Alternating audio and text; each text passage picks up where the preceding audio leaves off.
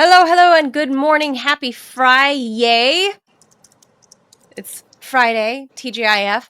I'm Manila Chan. That over there is Ted Rall. You are tuned in to the Ted Manila Information Show, or TMI Show for short, because we bring you way too much information.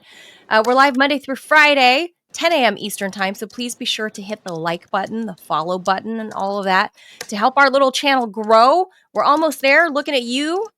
All of those on YouTube, please hit that red subscribe button. It doesn't cost you anything, and it does a whole lot of help for us. So we would really appreciate if you do that. On today's show, we're going to try to keep it fairly short, and end on a fun Friday movie recommendation topic. A couple old movies. I think I've got one rec. Ted's got one rec. We'll tell you why. But we're going to open the show by first talking about this New York Times in-depth deep dive into how Bibi Netanyahu prolonged the war in Gaza. Surprise, surprise, Ted, for his own personal gain. Geez, Ted, I would have never imagined. Never. No, it's truly increased. I lost Ted's audio. Oh, there you are. My heartbeat has increased by at least 1 beat per hour based on this news. So shocking. So shocking. We'll give you an update also on the Secret Service, because we're coming up this weekend on the 1-year anniversary since that attempted assassination attempt of Donald Trump over in Butler, Pennsylvania, and then the subsequent second alleged attempt by, I think this proves it, Ted, somebody that I would say is kind of Looney Tunes. The Ryan Routh guy. Yeah, if there was ever any doubt. This is it. We'll explain why. What's happening with that dude. And then a quick update about the political football that is birthright citizenship in the 14th Amendment. Just a quick update on that. And of course, like I said, we'll wrap up with a fun Friday topic. Ted and Manila's Fun Friday weekend film recommendations. I don't know if anybody's going to have seen any of these. Well, that's kind of... But we'll see. I mean, like, honestly, you don't want someone to be like, you should really watch, like, James Bond, because, like, it's really exciting and cool, and there's gadgets. I mean, not that. Nothing lamer than, like, I mean, you also don't want it to be, like, this obscure Belarusian film from 1967 that you can only obtain from a man named Roscoe, who's sitting in the end table in Marrakesh. I mean, you can't. It's got to be something you could see, right? That you can actually obtain from your home if you're just trying to chill out this weekend.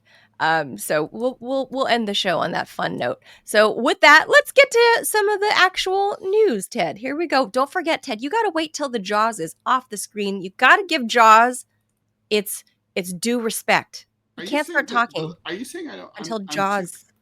You're saying I'm rushing the Jaws? Is what you're telling me? You are trying to rush Jaws, and Jaws will not be rushed. Really? Okay. That is the wipe.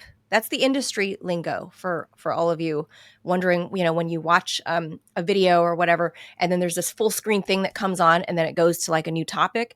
That's called a full screen wipe. Yeah, who loves Jaws. Probably the most famous cinematic example of that has to be, it has to be Indiana Jones, right? Like he's always doing those wipes. That's true. And they're also in Star Wars. Yes. And it's almost like Star Wars does almost like a jump cut, but not quite. They put a thing up real quick. Mm-hmm. But in the Indiana Jones films definitely had like a very obvious. Yeah, these are all an homage to older films. So yeah, and I dig it because I don't know. At first, before I learned about films in college, I used to assume it was the writers couldn't connect the story plot, so to make it easy on themselves, they just included a wipe. Maybe. Oh, you think? I don't know. I think now I appreciate it as a means to advance the storyline. Oh, and by the way, I just want to make sure, we don't have producer Robbie this morning. I mean, he's with us in the world and he's watching, but he's not doing his work. He's off slacking, doing his real work. He's got to fill in for me. He had to go into his actual real job today so he could fill in for me Tuesday so I can take care of my mom's stuff. My mom's going in for looking, though? surgery. Is it working? I think the Rumble looks good. So Ted is running Rumble. So you guys let us know. I screwed up royally last time, so I'm trying to step it up this time. So you guys let us know if Ted messed anything up. Ted is running Rumble because we don't have producer Robbie in the background doing this stuff because he's doing his real job. So you got to let us know if something is up with the Rumble feed. So we'll rely on you all in the chat. And I will so with that, incompetently attempt to fix whatever is wrong. This is why people need producers. True. So with that, here's the Jaws.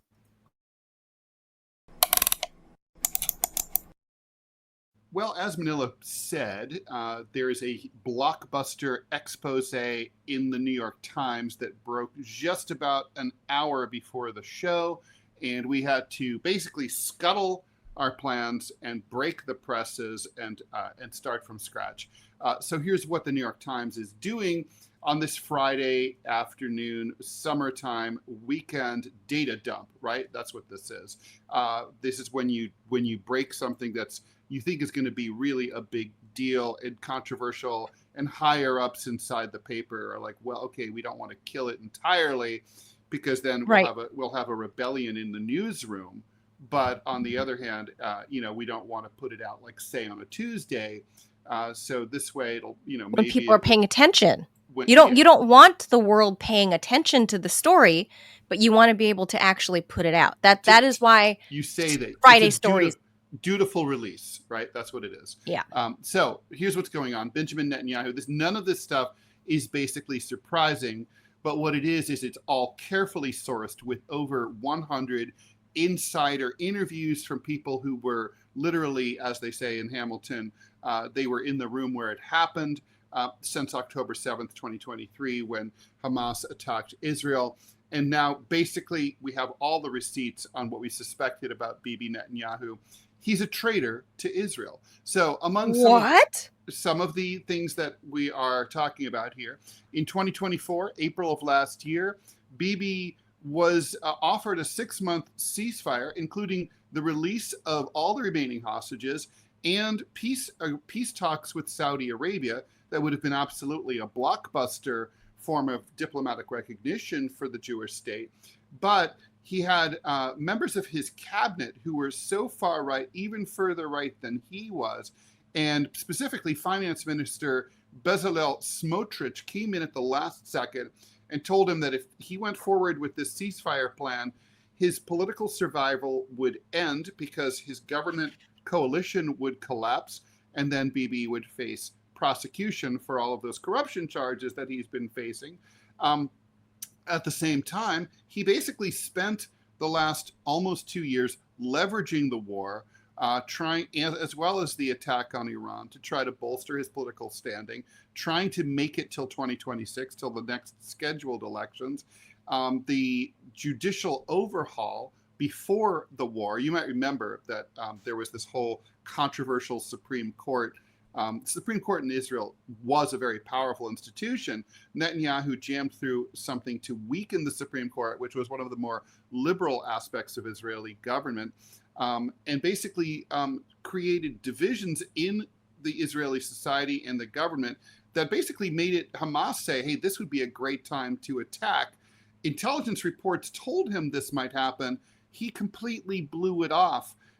He also repeatedly stalled ceasefire negotiations, including in July of last year, just when there'd be an agreement. He would ask for stuff, Hamas would say okay, then he'd keep introducing new demands over and over again, leading to prolonged fightings, more deaths of hostages, more deaths of Israeli soldiers, more deaths of Palestinians, and finally he went to fire key officials like the director of Shin Bet and the attorney general, the people who were, investigating him and his aides and their corruption over and over and over.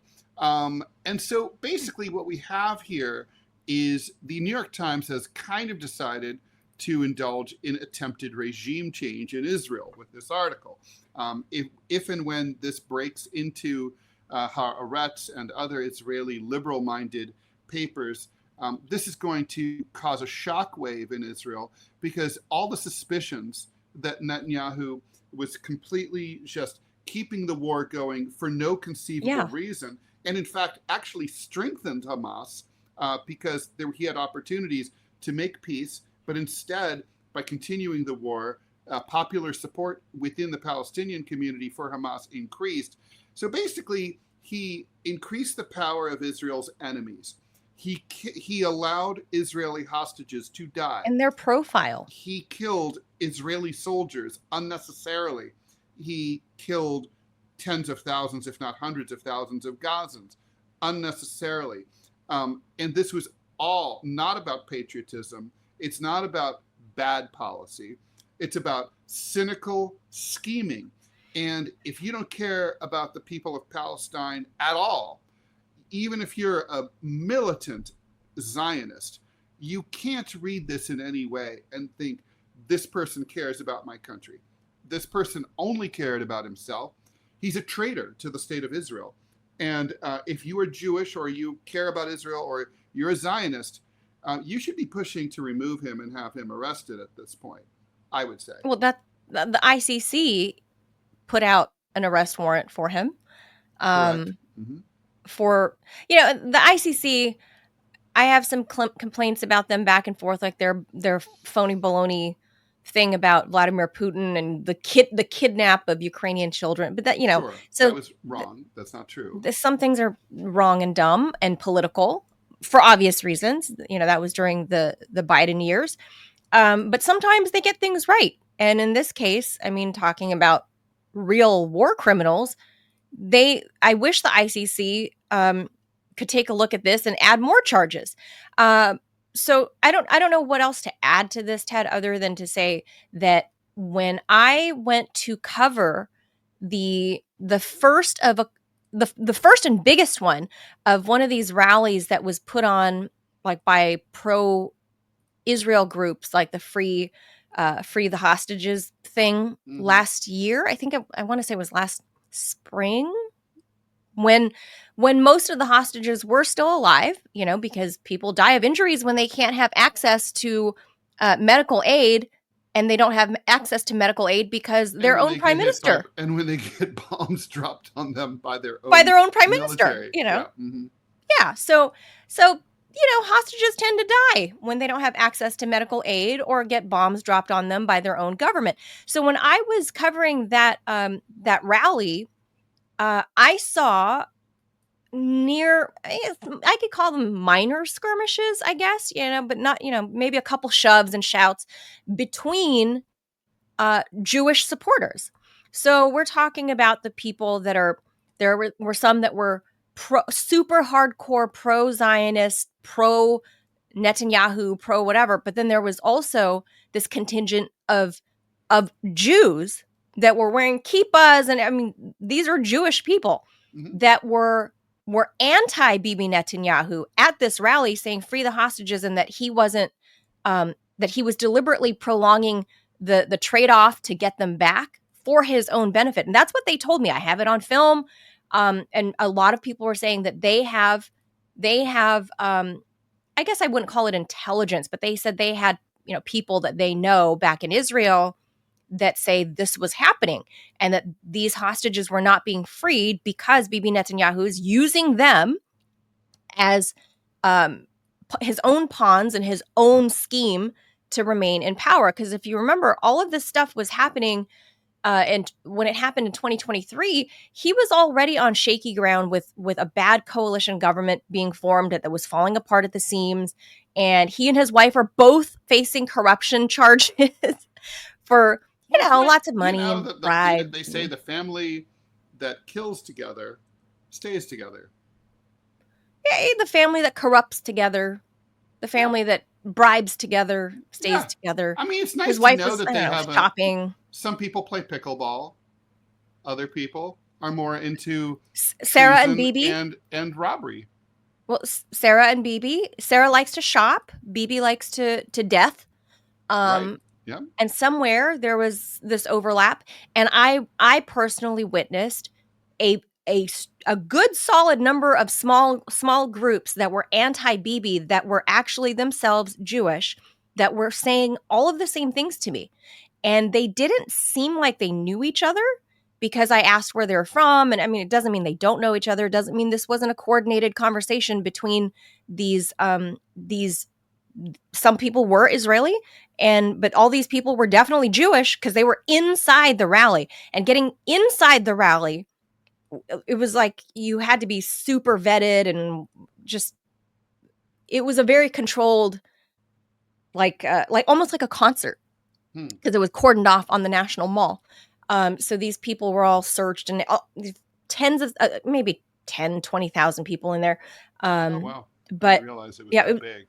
It was huge. And out on the street is where I saw more of the quasi physical skirmishes happening, where some of these super Zionists were shouting slurs. For example, at Medea Benjamin of Code Pink, tough little lady. She gets a lot of abuse. That woman.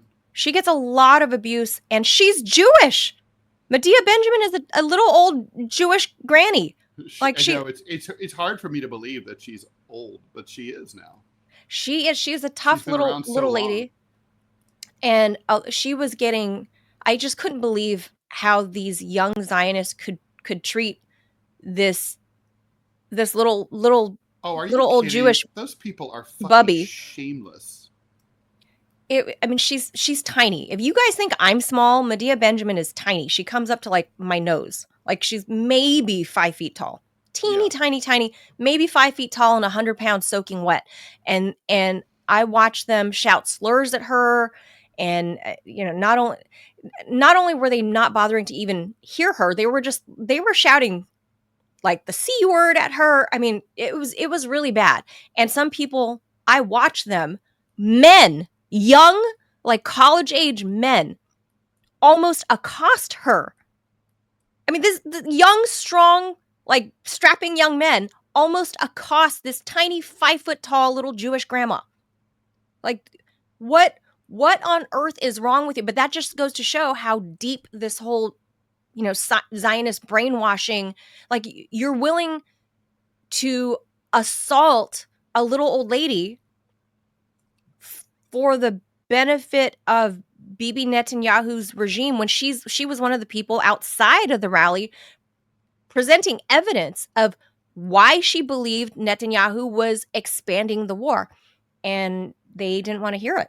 I've seen some of this stuff firsthand. Of course, that she's 100% right. She's always right. Well, the thing is, you could just look at it and think, okay, well, there's no other explanation that really made sense, right? I mean, we're being told that this is a war that's meant to make Israel safe, right? And it's like, all right, but it's not doing that, right? Like there's no clear. I mean, Israel hasn't even bothered to articulate what their end game is here. It's all vague stuff like, well, we're going to be safer. We're going to end Hamas. And it's like, well, you're not ending. This is not going to be the way you're going to do it. So it's like, even again, you just can't take them at their word because their word doesn't make sense. It doesn't pass the smell test. Yeah. I've long suspected that this was a possibility after I covered that rally. And I thought, well, this is interesting that, all the dots connect, things make sense that people are saying this because he was going to get pushed out. He was going to have to face prosecution. Well, yeah, he overturned their Supreme Court and changed the rules to protect his own ass. And that's what really set off a lot of protests against him. Right. If you remember the year leading up to October 7th. And now there's this damning evidence that people have been saying for 2 years that he knew that Hamas was planning this attack for a long time. And you know how even I considered that was going to happen, Ted? You want to know how I know? By my super investigative reporter sleuthing. Let's hear You it. know how I knew? No. Hamas had a Facebook channel, and they were showing videos of them training publicly, hang gliding in, parachuting Oh, yeah, in. that's Like, true. they had a public Facebook page showing that they were practicing assault on I a know. civilian This is population. completely. Wait, did you know about that? I know that this is true, but I wasn't aware of it until after October 7th because I don't. Unlike some people, I don't look at Hamas's Facebook feed. Did you? You should. Ah, Interesting clearly. stuff. Yeah, clearly I should. So it was like Did obviously you? like Did a you? signal. We're Did you see planting it? Did you something. see it before? Or I did. oh, It was like 4 months prior. It was out that summer. what Out did you? that Well, summer. okay, wait. So what did you make of it when you saw it? Nothing. I just figured they're always doing some, sometimes they're like crawling through mud, like on their elbows underneath barbed wire. I mean, I don't know. It's not in Did you English. sort of So think I it was don't sort of know. like the? Did you think it was sort? Wait, so if it's not in English, why are you looking at it? Because it's showing up in my feed because, all the algorithms know it, the algorithms must know what I do They for a know you. living, or at least They what I'm know interested you in. like So, radical Islamist Facebook pages. so they show me like You've military got some training kinks. videos. Uh-huh. So it shows me like So military training it's like videos. those old Al Qaeda Afghanistan jungle gym Yes. videos. So I didn't think, guys jumping through tires. I always looked at it as like radical Islamic militant CrossFit. So I don't put too much stock in them. I've seen thousands of these videos, right? Yeah, But I was that's like, true. I didn't think anything of it. I saw it like in the summer. And so when the news broke that they Well, had these videos a up, Zionist would say, an apologist for the regime over there would say, well, maybe Mossad looked at those and thought the same thing. Like, they're just doing their physical fitness shit. This is that's like, they have their health. rifles and they're They like, don't have, oh, they don't have 24-hour fitness, so this is their deal. What do you think? yeah. So I didn't think anything. I just scroll through, I'm just kind of doom scrolling and I'm like, oh, like this is But in like, all seriousness, kind of if fitness. you thought that, not that you're, a Mossad officer, but I mean, what do you think? Do you think with the benefit that they should have recognized, like, ooh, this is a concern? If you're like a Mossad officer, obviously they knew what it was because they gave the intel to Bibi Netanyahu. So they knew. They knew what it was, and obviously they can speak Arabic. They have the sound equipment to figure out, even the noises in the background of what these people are saying while they're training. Unlike the US, which fires its Arabic language people. Right. I'm an untrained ear. I recognize Arabic when I hear it, but I don't know what the vast majority of what they're saying. But I just took it as like, well, there's all kinds of like, Osama bin Laden used to post videos of his guys training, like crawling, on their elbows and whatever. And I didn't think anything of it. So when the news broke about this, that hey, there's evidence that Hamas was training for months ahead of October 7th. Well, yeah, actually, I was like, the truth is, Manila, it's a year. That's what I saw. It's a year that they had. And it's not just that. Then there's also the fact that when on October 7th itself, that was a smart fence. That was the whole point. It was a very expensive fence. And so in the same way, if you have a burglar alarm in your house and someone cracks the window when the alarm is on, it's going to it goes off, right? And then it calls the police and it makes a big loud noise. So in the same way, that security fence was set up that as soon as it was broken or breached, if something went over it, like say a hang glider, a sensor would be triggered. Or if the fence was broken, as like when they used a bulldozer to break through the fence, that it was going. Then in Tel Aviv and in Jerusalem and all the headquarters for the military, there's a room. And they're suddenly like, hey, we have a breach in Sector 6, and then so they knew right away, right? The Israeli armed forces didn't respond to the site as late as 9 hours. 9 hours. 9 hours. Now, I want to put this into perspective here. This didn't happen in the equivalent of like rural Montana or Nevada. And even that, you could get there well before 9 hours. But Israel is the size of New Jersey. It's a modern country with highways. So nothing in Israel is from the middle of Israel is more than an hour and a half away. Nothing. And that's if you're crawling through traffic. Nothing. So like, there's the response time from the nearest military installation should have really been about 10 to 15 minutes. I've heard that before. They 9 hours. They did it. And also we know that there was this Samson directive that had been in place that if it looked like to Israeli drones or cameras that Israeli citizens might be taken hostage, that they should be killed rather than to be allowed to fall into the hands of the Arabs. And so we know that went into effect. A number of the concert goers and residents at those kibbutzim they were killed by the IDF. And so, I mean, the point is, this is a scandal of staggering proportions. Yeah. And it's just, I think the only reason really that there haven't been real consequences for Netanyahu and his henchmen is because Israeli society is so closed off. They don't have so many people don't speak English, Russian, other languages that are that are covering this conflict internationally. They don't have they can see the foreign media, but it doesn't do them any good because they speak Hebrew, this worthless language that is not spoken anywhere else on the planet.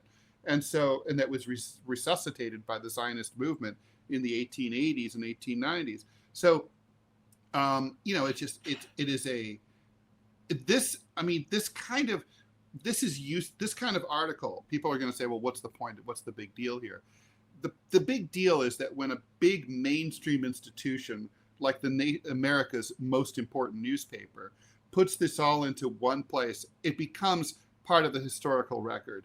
It's sourced, it's mainstream, it's undeniable except by maniacs. And so now there's never going to be like, I think Bibi did this.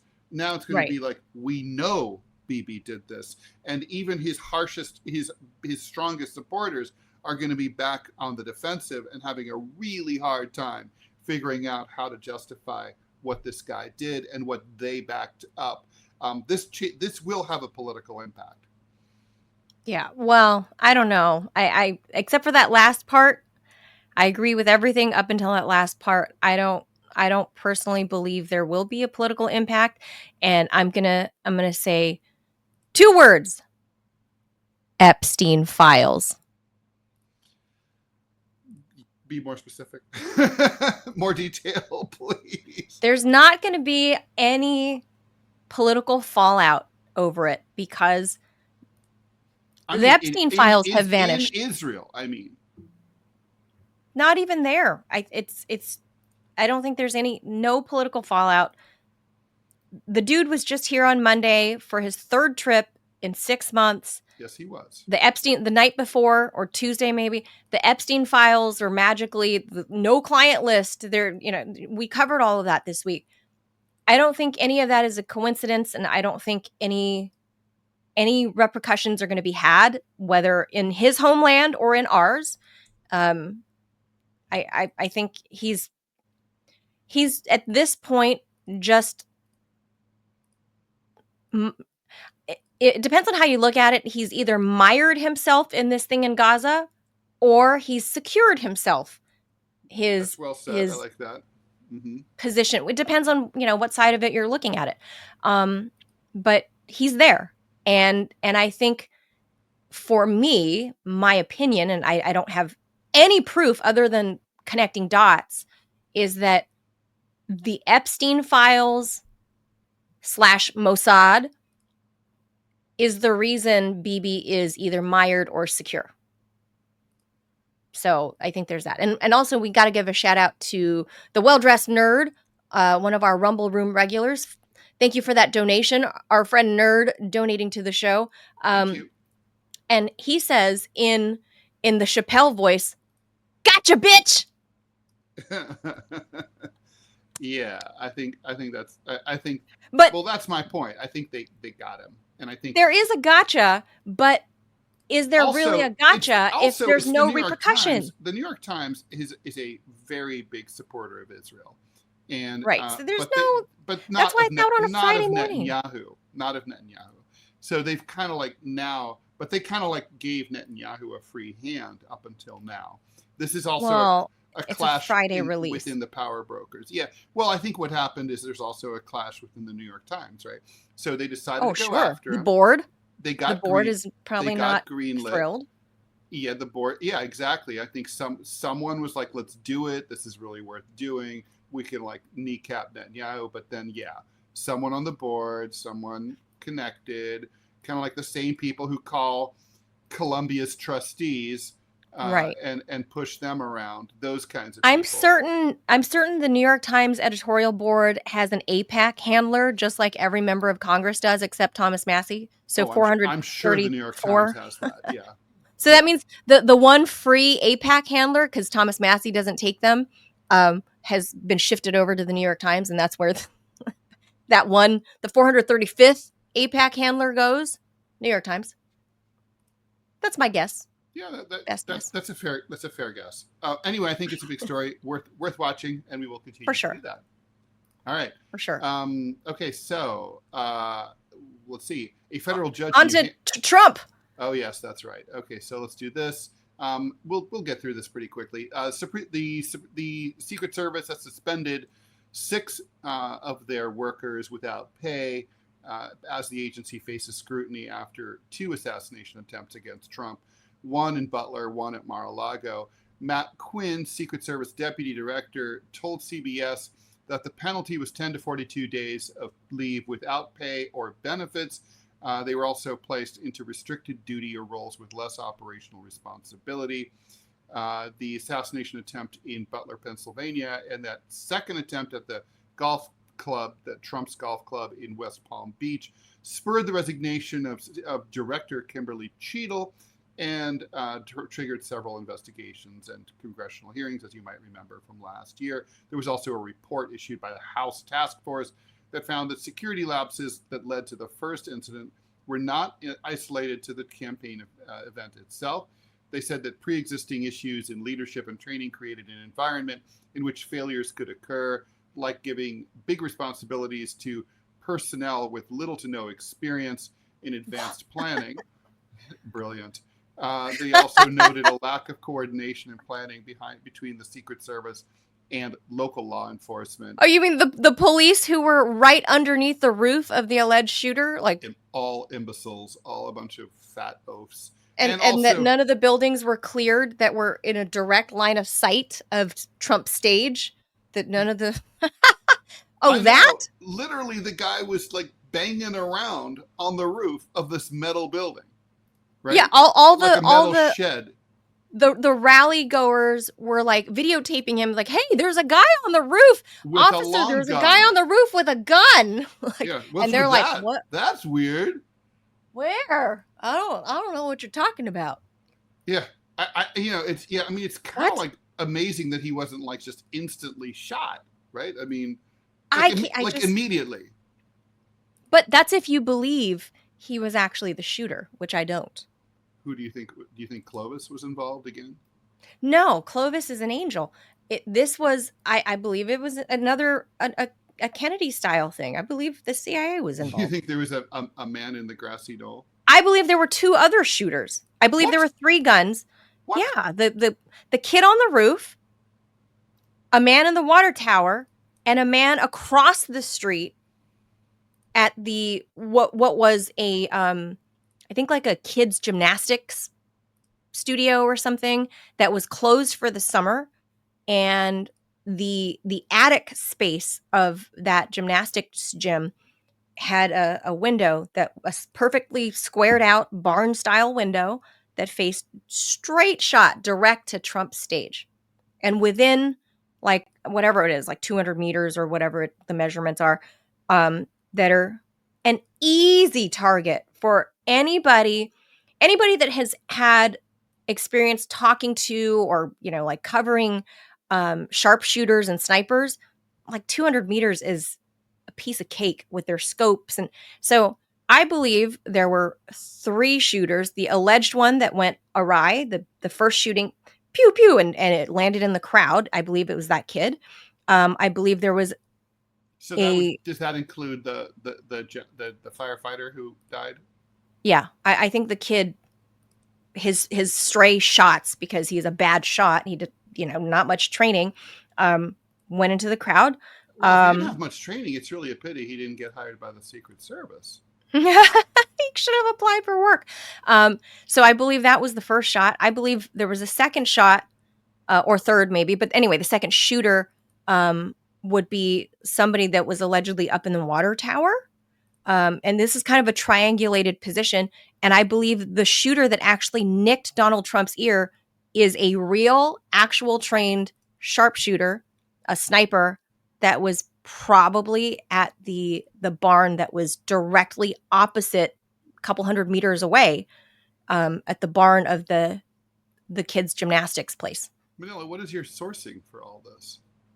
I just did the homework of like looking at the space, like the event space, and looking at millions of interviews, maybe not millions, but hundreds of local news interviews, just various interviews, eyewitnesses that were there that said there. I've seen videos of people showing a shadowy figure on top of the water tower as they're pointing. So I've done my own little piecing together of this as a reporter. I've listened to many, I forget what they call, forensic forensic, I don't know what they're called. Audiologists, yeah. Yeah, a forensic audiologist. Audio forensics is one of my interesting topic of great interest to me, because audio and unauthenticated and modified audio was a key piece of evidence in my case against the LA Times. I didn't know that. That's when I listened to authentication. And, I listened to several experts explain it and play the audio, and they did their whole, magic tricks with it and showed the differences. And it was a whole thing last summer. I actually covered the case for RT International last July. So I had to really delve into all of this. I didn't obviously give this conclusion because this is my editorializing.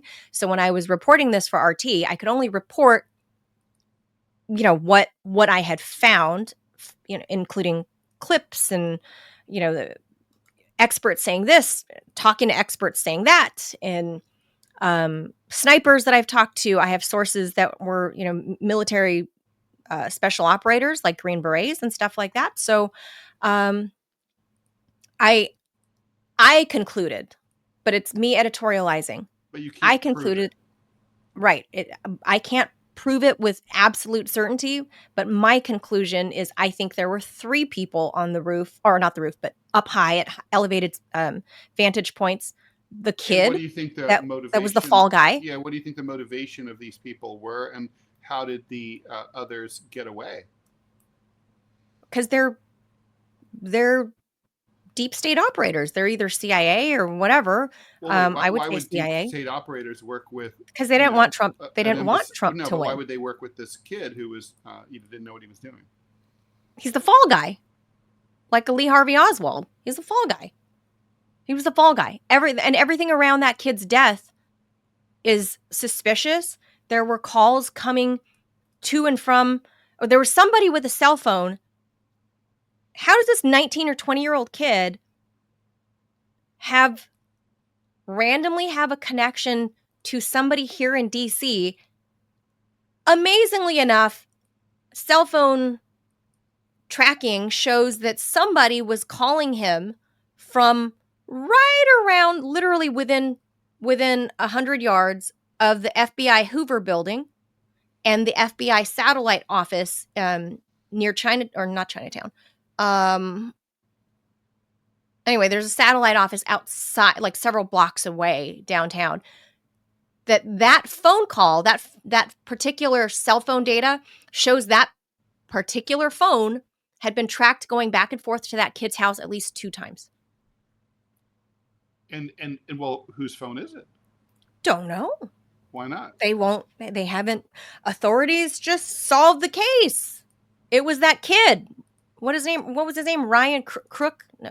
crooks, that's right. crooks or something. But and lo and behold, the snipers on the roof shot and killed the kid because he was the sniper. Again, a lot of suspicious shit. Just like there's no Jeffrey Epstein files, there's no clients, there's nothing else to see here. Wait a minute here. Okay, so here's one thing I don't understand though, Manila. I mean, he's the victim here, the intended victim is currently the sitting president. Correct. So obviously he should want to know who is trying to kill him. Why wouldn't he be? You would think. So why isn't he leaning on the government, on his own staff? Why isn't he not leaning on the FBI? Because he doesn't want to get actually killed. What's going on? What? That's the answer. Because he doesn't want to actually get killed. Yeah, but the best way to not get killed is to catch the people who are trying to kill you. No. No. What? Not always. Wait, what? I'm sorry. I don't. None of this has to make logical sense. I mean, if they're lording it over your head, it all has to make logical sense. Of course it does. It doesn't. It absolutely does not. Because again, how do you explain like the Epstein files? None of this has to be logical. I mean, there are just things that don't make sense. No, listen. If you believe the Mossad, JFK, the JFK assassination, none of that makes sense. Yeah, it sure does. Of course it does. The official story, none of that makes sense. No. I'm saying, but if you believe the Mossad theory, for example, it makes sense. In fact, it might be the only theory that makes sense, that or the drug dealer theory, but I feel like that's not sourced well. But the Jack Ruby / Rubenstein, there's just this. That's what this is here. I mean, it was like they took their shot twice. The truth will make sense once you determine the truth, right? But once you find but that's the thing. I'm not. This isn't like my beat, and it's not something I can dedicate my whole life into trying to figure out. I just think that there's a deal. Deals are made all the time, Ted, and sometimes they don't make sense to the rest of us on the outside. And I'm on the outside just like the rest of everybody else watching and listening. I just had to put in a little more legwork last summer when this broke because it was my job. So I do know a thing or two, and I just know things don't make sense. And he was undeniably, I mean, he just walloped Kamala Harris, right, in November. So I think this was his resounding win was too big for the deep state to try to take him out at this point. At this point, they know that the heat is on them. It doesn't mean he's not going to, drink some Diet Coke and suddenly have a heart attack either. I don't know. Who knows? But for now, he is president and he is safe. For now. For how long? Who knows? I don't know. JFK never saw it coming, I don't think. I mean, I'm not a JFKer. I have some basic on the ground understanding, but a lot of that stuff doesn't make any sense whatsoever either. The official narrative and why at some point, if they decide to take you out, they take you out. That's just how it works all around the world with, that, Ted, with every government. You know this. If they decide it's going to happen, it's going to happen. Then it's bye-bye. It's just they've gotten sloppy over the years. This is not the same era as JFK. There are cameras everywhere, and everyone has a camera in their pocket, now. Right? Yeah, it's harder. It's harder now. Mm-hmm. It's harder to off people, a high-profile person. So, I think though, if they really, really think hard, even though their skills aren't what they used to be, Ted, spying and off the books government offing of people, they've gotten lazy. They depended on technology just like the rest of us. They depend on other stuff instead of like really mapping out with their brains like how to do something. They're like, I'm gonna go ahead and chat GPT this and see what the best way to kill Donald Trump is. All right. Well, listen. So, but all I know is it doesn't make sense. Let's keep going, because believe it or not, I have a little minor surgical procedure to do after the show. Self-surgery?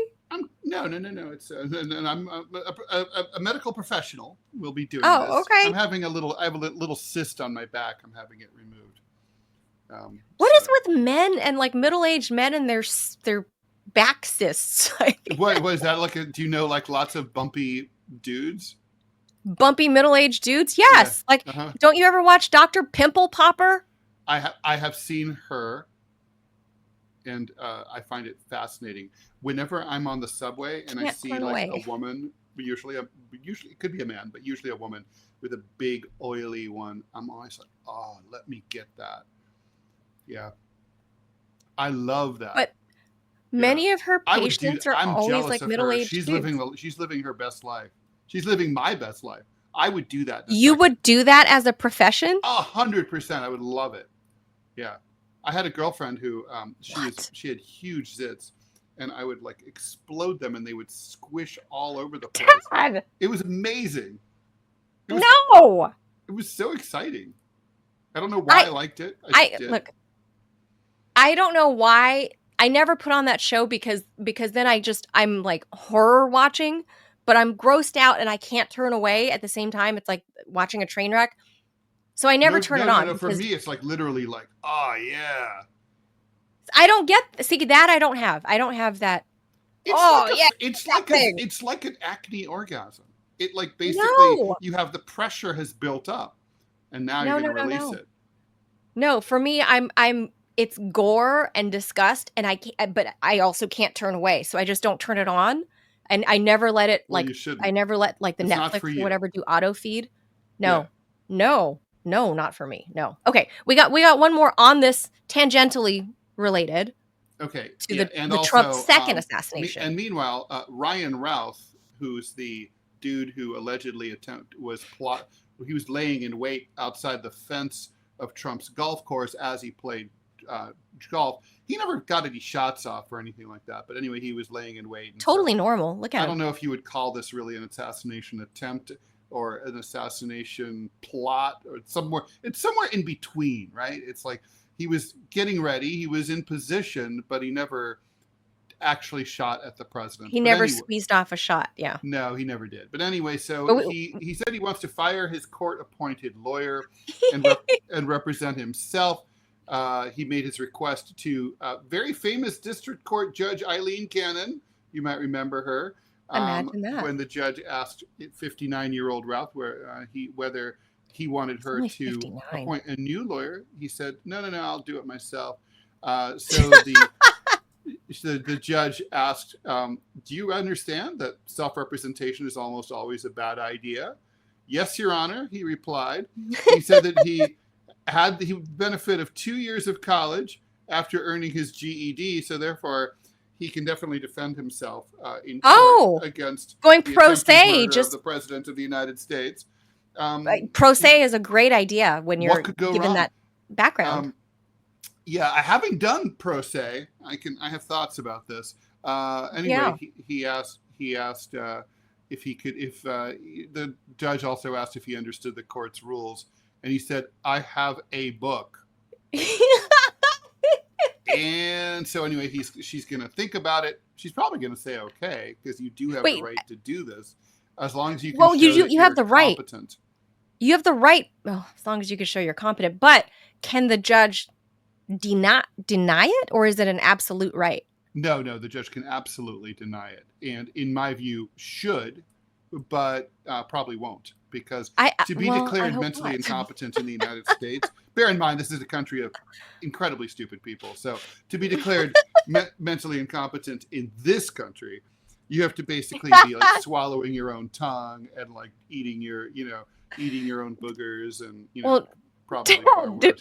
We allowed Joe Biden to continue being president for all 4 years. Yeah, which shows how dumb we are, And there's still and there are still Democrats who don't think that was a bad thing. Who are like, well, at least he wasn't Trump. Jasmine Crockett, Congresswoman, Texas.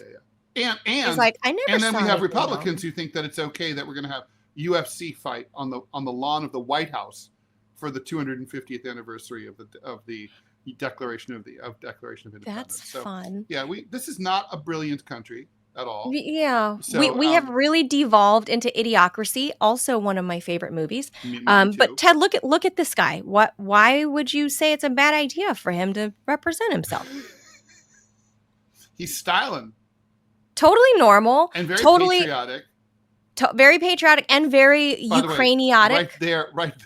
right there is what I call Florida man. This is Florida man. And let's not forget, he was like super pro-Ukraine. Like, I don't know how this guy managed to, like, remember, he was like fundraising for Ukraine. Somehow he managed to fly in and out of Ukraine several times. Somehow this guy managed to set up appointments with random members of Congress. I can't get to my own member of Congress. Forget that I'm a journalist. Just as a resident of any state, I can't get to my own representative, but this guy manages to get one-on-one meetings in their offices. Well, as long as we're talking about defending Ukraine, of course, that makes perfect sense. Oh, is that where I missed lunatic can meet? Yeah, I mean, basically, it's the latest iteration of Charlie Wilson's war, right? Oh. I mean, it's a dumb fucking idea, and it, But Congress people will meet with you if you're fundraising for Ukraine. Yeah, like if you just came up with some, dumb new war that we could line the pockets of more defense contractors, I think very clearly, you could get a meeting with like Chuck Schumer, with the president, anyone you wanted, Oh, so I'm stupid because I'm like, I have complaints about my district and how like this is fucked up and there's potholes of like, and our water is they don't want to hear that, right? They're not. That's not interesting to them. By the way, I gotta say, a funny like unemployment in my bit district. Of news broke this morning. I thought it was really funny. So this is not in our list, but Trump imposed sanctions on Iraqi oil, like basically a tariff on Iraqi oil. Yesterday. Okay. And so, but do you remember the whole thing about Trump was he said we should have when we invaded Iraq, we were stupid not to keep the oil. Yeah. You do see the. And then he asked about Syria. He was like, can we just keep the oil? Right. And it's like, we're there. Well, like, I mean, we did invade the whole country and take it over. I mean, we should at least be able to buy the oil at normal market price, I would think. But apparently not according. I mean, and the Iraqis are willing to do that, but Trump's like, no, you keep your dirty oil, and the Iraqis don't care. They'll just sell it somewhere else. Probably to the Iranians. Well, we're also imposing immediately 35% sanctions on whatever from Canada. So Mark Carney, the new PM is. Yeah, this is going to put a big dent in my Molson consumption. Molson, my poutine. What am I going to do without my poutine this weekend? Yeah, your imported poutine. I just thought this was like this. Ted, do you think Eileen Cannon is going to allow him? Believe it or not, I think she will. I don't think she should, but I think she will. I don't think anyone should. I want to watch it. If that's the case, I want them to televise it. Please televise it. I did allude to the fact that I had to go. I went pro se. All right, so this was not by choice. In my LA Times saga, I came to learn that my lawyer was corrupt, and so yes, we covered him, the old guy. We did, and I fired him, and so it took me a few weeks to find a new lawyer, but fortunately. Okay. I did find a new lawyer just a few days before my hearing, a key hearing in the case. Because the judge was also corrupt, they refused my request. I basically went and said, hey, listen, I have new counsel, Your Honor. Can my new counsel, I mean, there were, I think at that point, 12 bankers' boxes worth of documents to review, okay? So my lawyer was on vacay in Vermont, and he was like, "Hey, I need like 3 weeks to read all this crap," and so that's a reasonable request, right? The case had already dragged on for 2 years by this point. The judge is like, "No, we're in a hurry here." I'm like, "Since when are we in a hurry?" And she's like, "No, you can't. You have to represent yourself." So she forced me to go pro se. And by the way, in front of a courtroom full of cameras, I had every LA media outlet.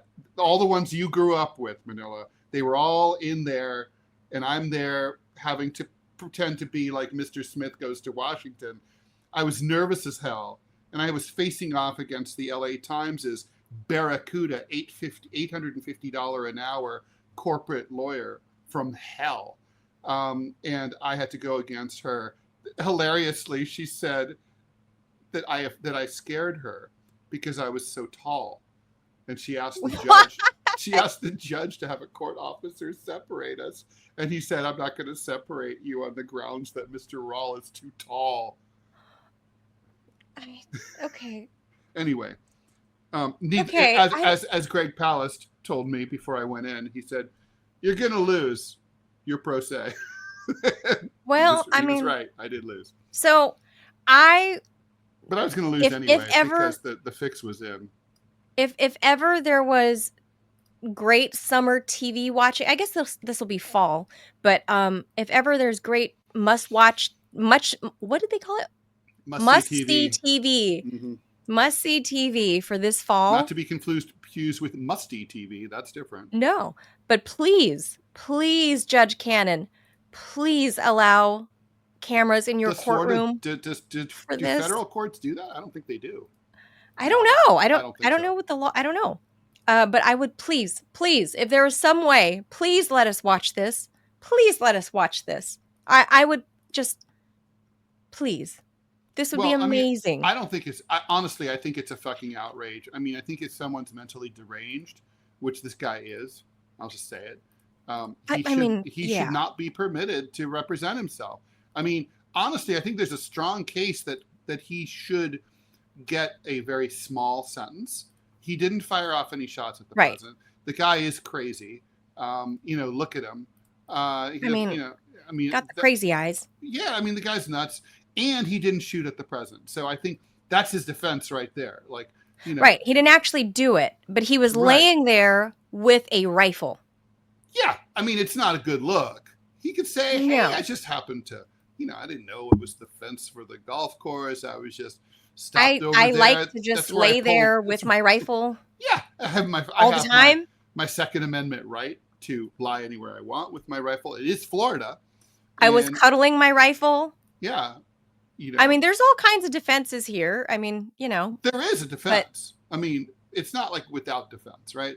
So, I mean, the point is he should be able to avail himself of that. I mean, as it is, you're not doing great with a court-appointed attorney, but better that than no attorney at all. Yeah, but he's got a book, Ted. He has a book. I mean, do you think it's like a Stephen King book? Or do you think it's the Bible? Or what? That's true. He didn't clarify to Judge Cannon what that book was. It could be the Bible. He said a book, the book. Yeah, the book. Got the book. No, he didn't say the book. He said a book. Oh. It could be the phone book. A book. Well, they don't really make phone books anymore. I have a book story. I have a book story like that. So I had this friend. We were always like cruising for girls together. And he got wind of this. Yes, shocking. He got wind of this party in Lower Manhattan where he was like, it's all models. And I'm like, oh, please no. Models are too fucking stupid. I heard this before. A couple years ago you told me, and I thought, Ted, really? So no, but you got to tell the audience. All right. So I'm like, look, I don't want to fuck any models. I mean, what if I end up reproducing with them? My genes will be diluted. It'll be bad for the family tree. I'm already his only child. So he was like, okay, listen, he's like, we'll leave if they turn out to be really stupid.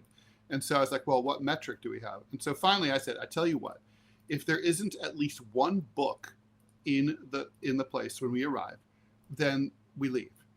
And he's like, well, there's going to be one book. There's like 4 girls living there. And I'm like, all right, so this is an easy thing for you to agree to. So we go.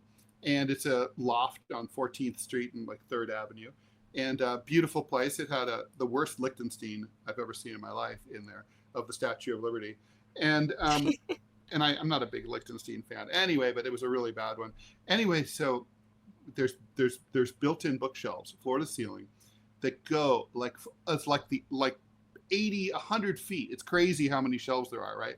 And so lining these shelves are stuffed animals, framed pictures of themselves. They're models, Ted. And their pets. Come on. And more stuffed animals. And that's it. And I'm like, do you see what I see? No books, nowhere on the shelves. So he's like, oh my God. He's like, I can't believe this. He's like, there's that one girl up there, the blonde. I really want to tap that. I'm like, dude, we have a deal. We have to leave. And he's like, let me go find out if they have a book. I'm like, all right, if you can produce a book. Book. I didn't say I had to see the book. I just said, like, if you can show a book, like, like you can. Book. Like it's in it's hidden, right? It could be anything. Perfect bound. Right? A book, not a magazine, a book. Right. Anyway, he comes back. I'm like, and he goes, does the phone book count? I go, the phone book counts. He comes back. He goes and talks to them. And he comes back and he's like, let's go. It's like they didn't have a book. No books. Not even the phone. No Bible. Nothing. Wow. Nothing. Well, when I was young and single, I was judgy, and not because I'm a super film buff, but I had the book rules. I would judge you based on the books you did have, because I don't know that I ever went on a date. Maybe I went on a date, but I never liked anybody. I could tell, before I get to the stage where I want to be invited to their home to look around. But I would judge them based on their books. And if they ever wanted to, like, before Netflix and chill became a thing, if what movie they would say they want to watch with me. Or what about what movie they had on DVD or VHS back in the day? Back then. You would see them on the shelf. Yeah, I would see so I would judge it kind of the same way. Or their vinyl. I always looked at that. Mm-hmm. I would judge them based on their, their music collection. Metrics. Yeah, music collection, movie collection, and book collection. Yeah. So I would look and see, and I can't say that anybody's home that I've ever been invited to that I've not seen. But again, you guys are guys, so you guys see hot model chicks in Manhattan, and you're like, "Yo, let's go." Well, yeah. I mean, yeah. I mean, you guys are guys, so I don't care. Hot model chicks anywhere, you're going to be like hot model chicks, right? By the way, the hot model chicks aren't even really that hot, to be honest. Well, yeah, they're too skinny. So when I ran the magazine in Dubai, Men's Style magazine, I used to book many more often than not. I would do the booking of the models for the photo shoots and whatever for our magazine. So I got to know a lot of beautiful, mostly Eastern European women. Oh, well, those are, yeah. Mm-hmm. Stunning, like gazelles walking into a room. But some of them, here's the difference between like a men's magazine and the women that we hired for the photo shoots versus, let's say Vogue, right? Yeah. The models that I got to book for the men's magazine had to appeal to men, obviously. Right. So those women were more of what you would consider like classically hot of every race, right? Like she's built a certain way. She's got some build on her, right? Mm-hmm. Some of them like a brick house, and some of them, but kind of wafy, but traditionally beautiful. Sure. Whereas models you would book for like Vogue magazine would be like these like collarbone.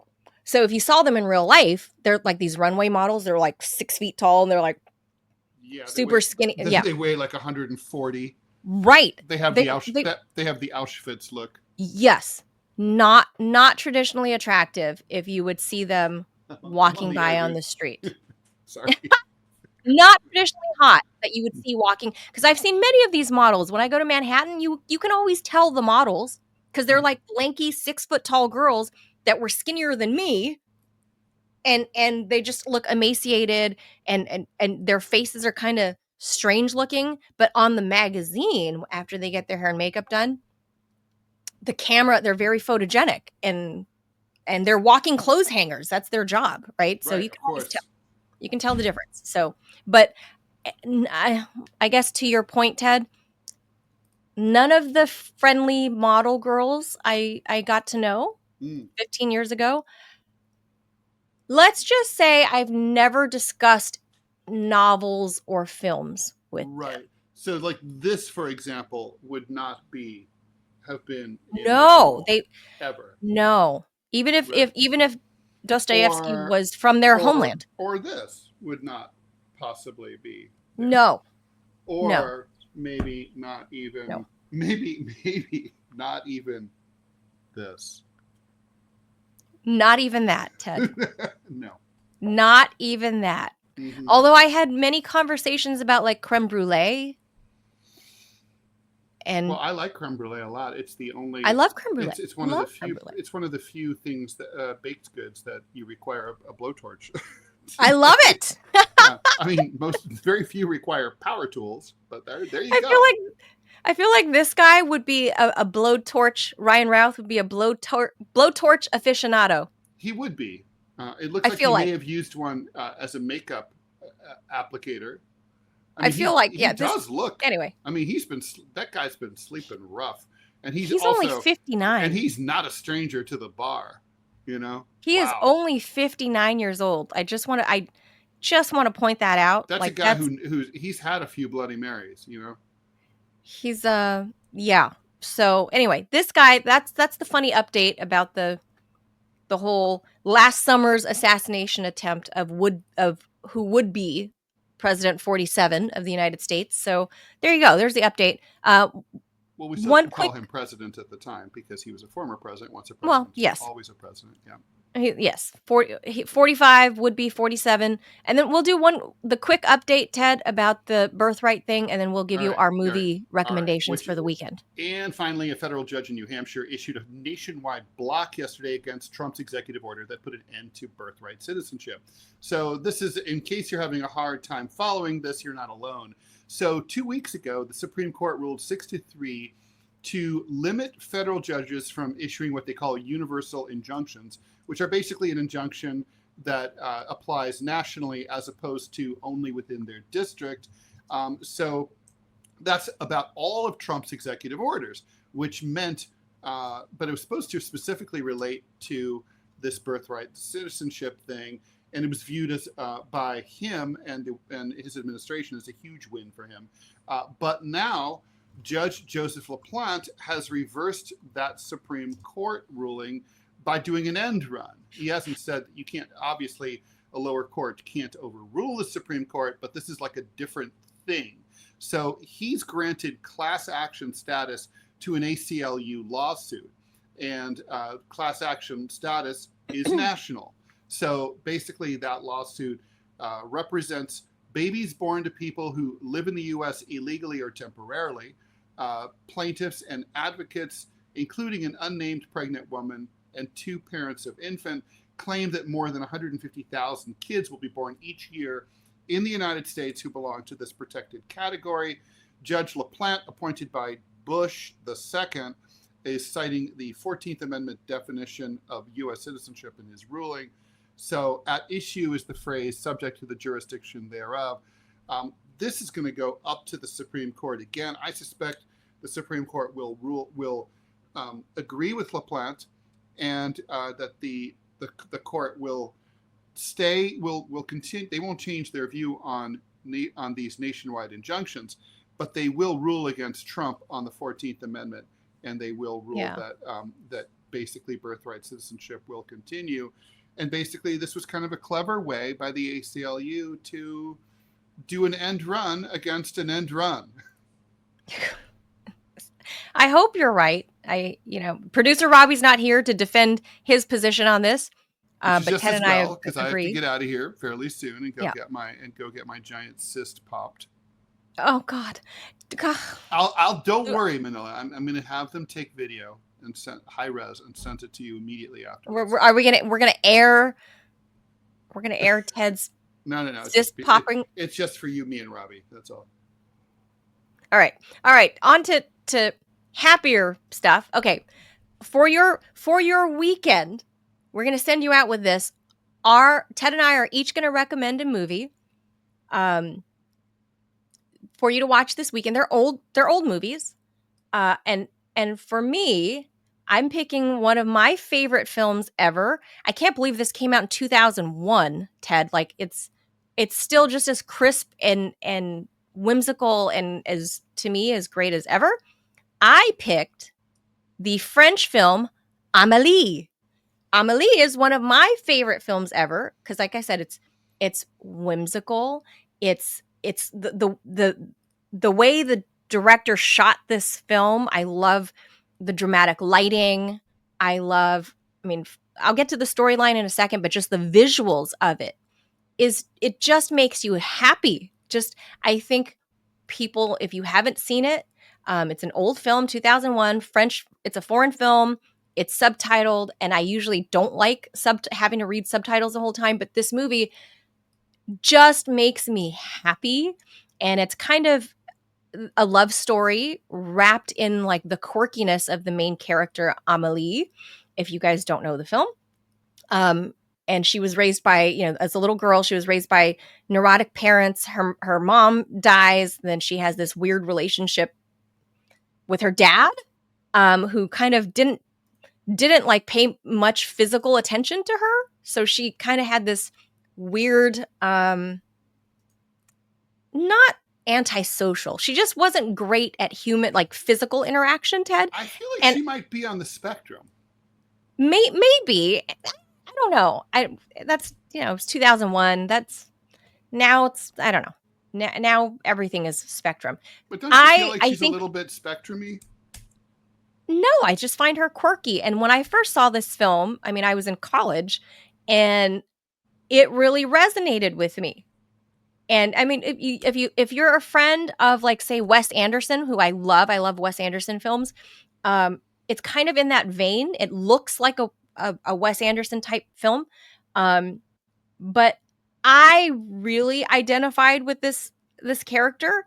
And, the fact that... But I mean, it doesn't have that Wes Anderson kind of...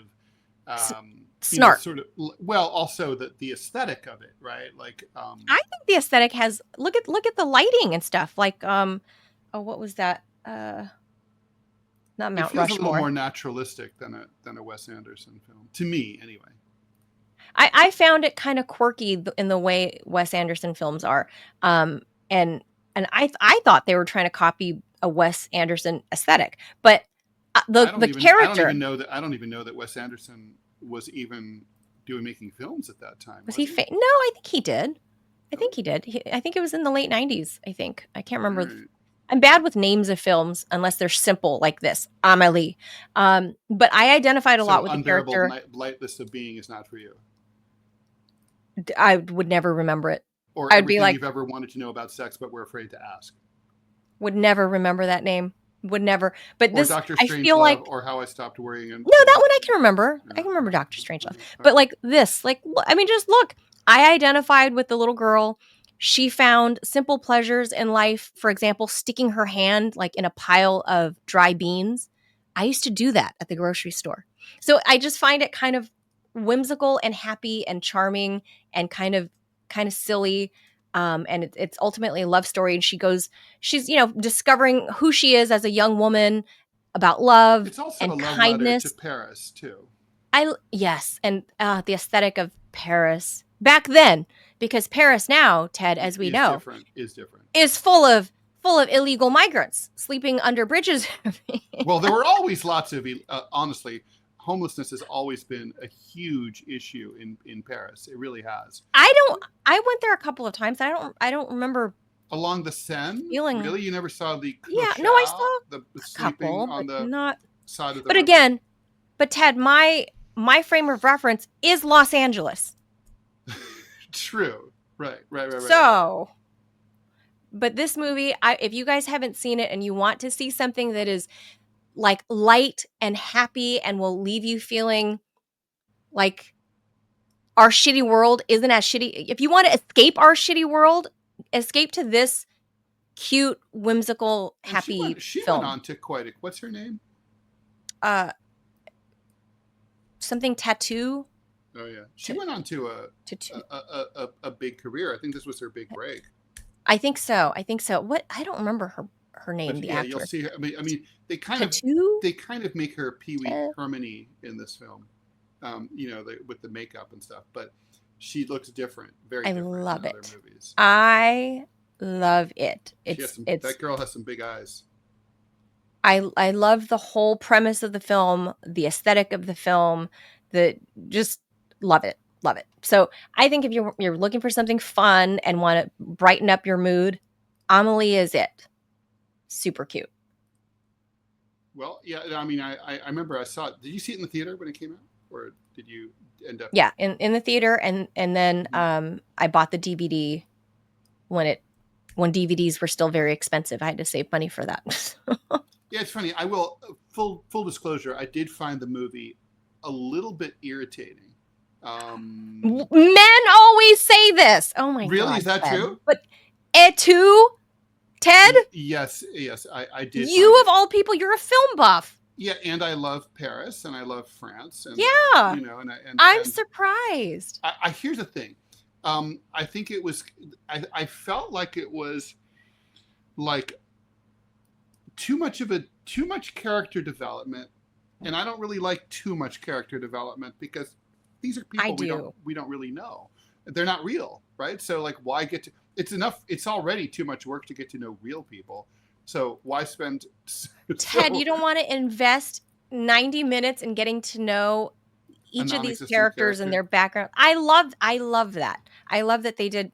I thought they did a great job showing us how all of these people became quirky. It was a very twee and fey film, and and like I think there's a place for that, and obviously it was a huge hit, and I totally see the appeal. Like I would not disagree with anything you said about like how it can make you happy, and like it's very upbeat and optimistic, and it's really about like the joy of life. It's quirky, I think, and what makes the quirks are what make life worth living.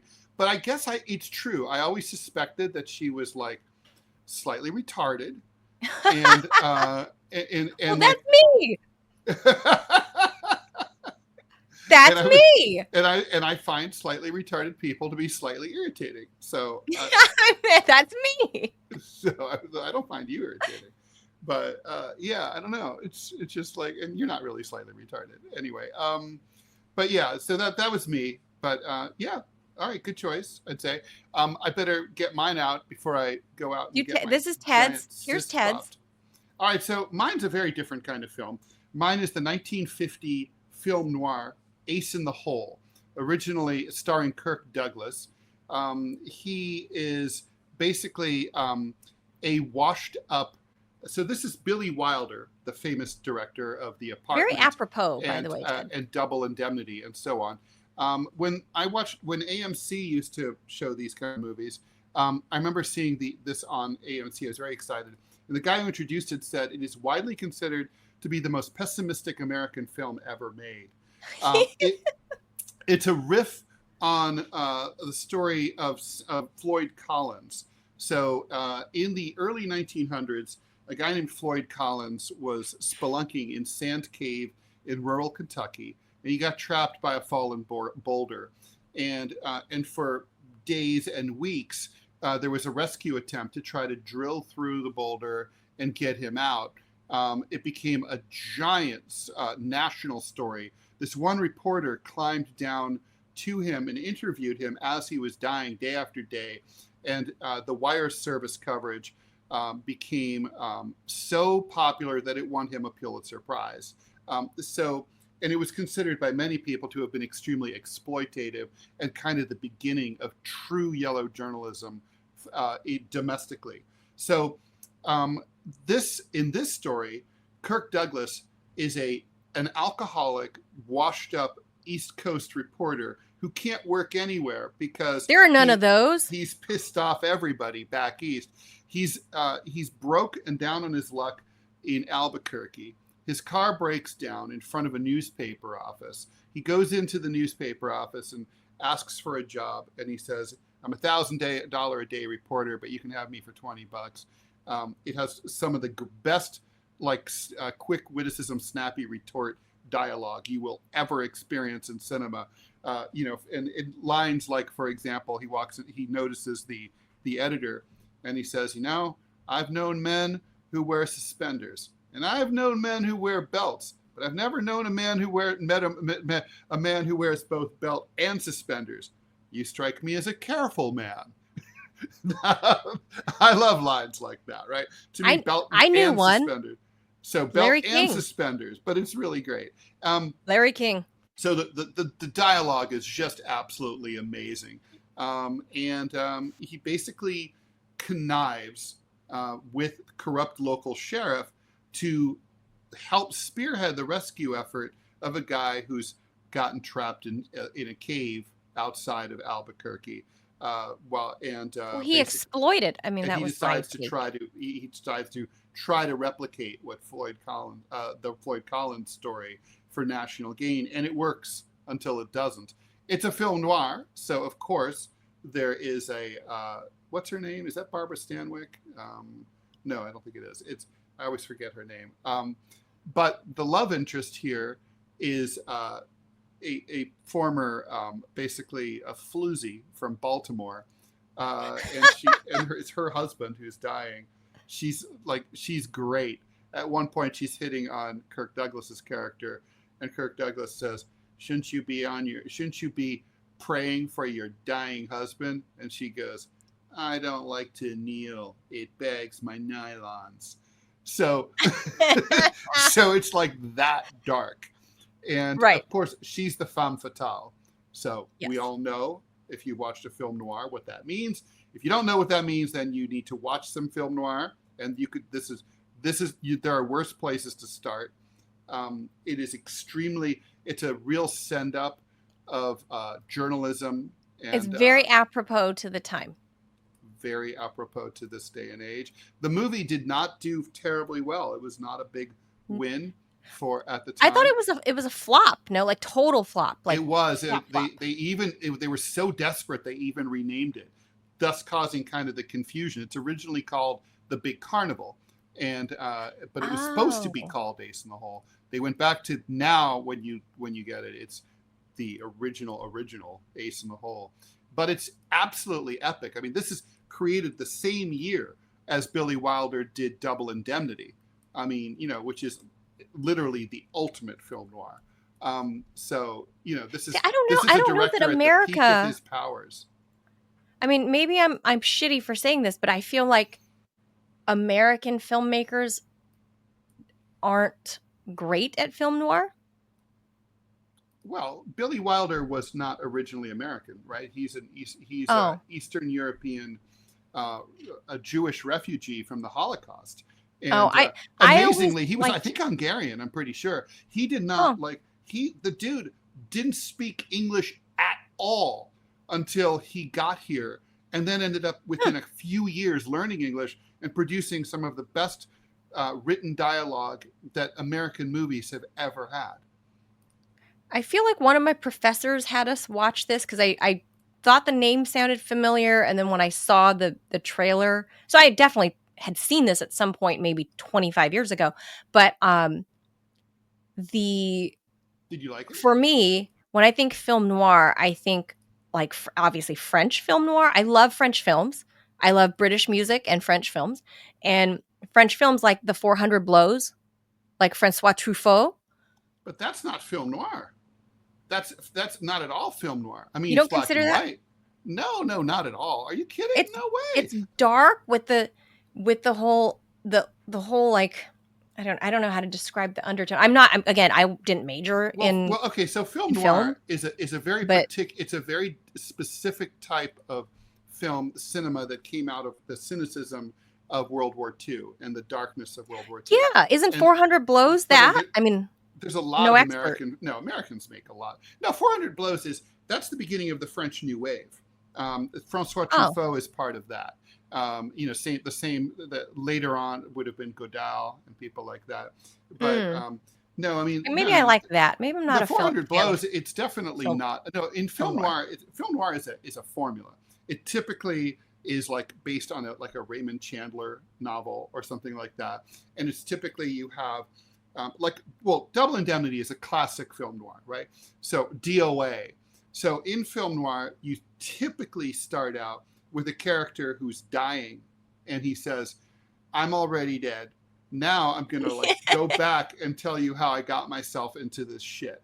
And then he goes, and the whole movie is a flashback, and we work back to the point where he's telling his story about what happened to him. Where he's on his deathbed. Usually he's a guy who's kind of like a hustler, down on his luck, who's trying to like get ahead somehow and plot and scheme in a difficult world often.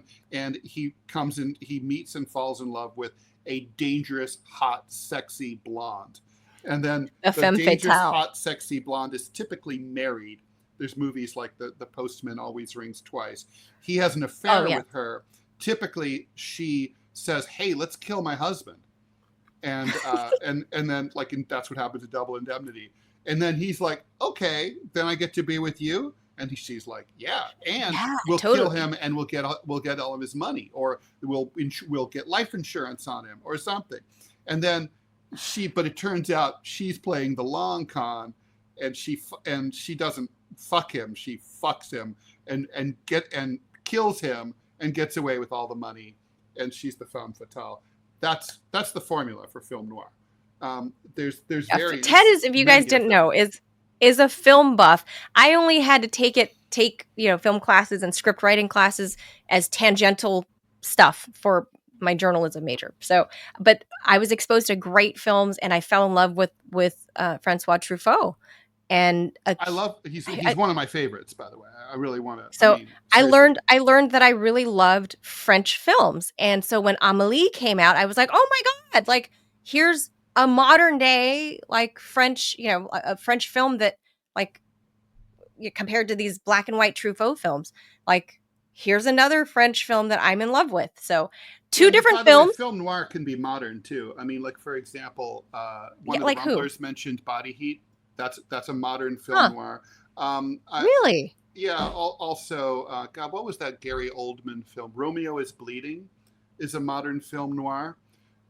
So basically, you don't really have to have. It doesn't have to be black and white. It doesn't have to have those harsh, people looking the shadows cast by the Venetian blinds. It doesn't have to have any of that stuff. I thought that's what made them. And there's also there's Southern Gothic film noir. Oh my God, what is that called? The one where the guy is oh my God, it's going to come to me later. But anyway, so these are our film recommendations. Ted, I don't know if we have an ad that we have to read. Do you want to check? Or I'll check right now. We got to check before we go. We got to check if we have to do an ad read or not. Mm-hmm. We kind of screwed that up yesterday. We did no ad read. So. Okay. So those are our film recs.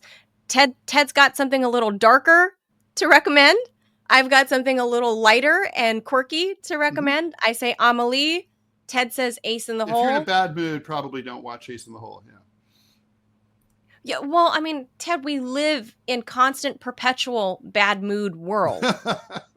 Yeah, that's true. So, what I like watching stuff primarily I got to dip. I got to go get that thing. All right, I'm due cross town. Take a video.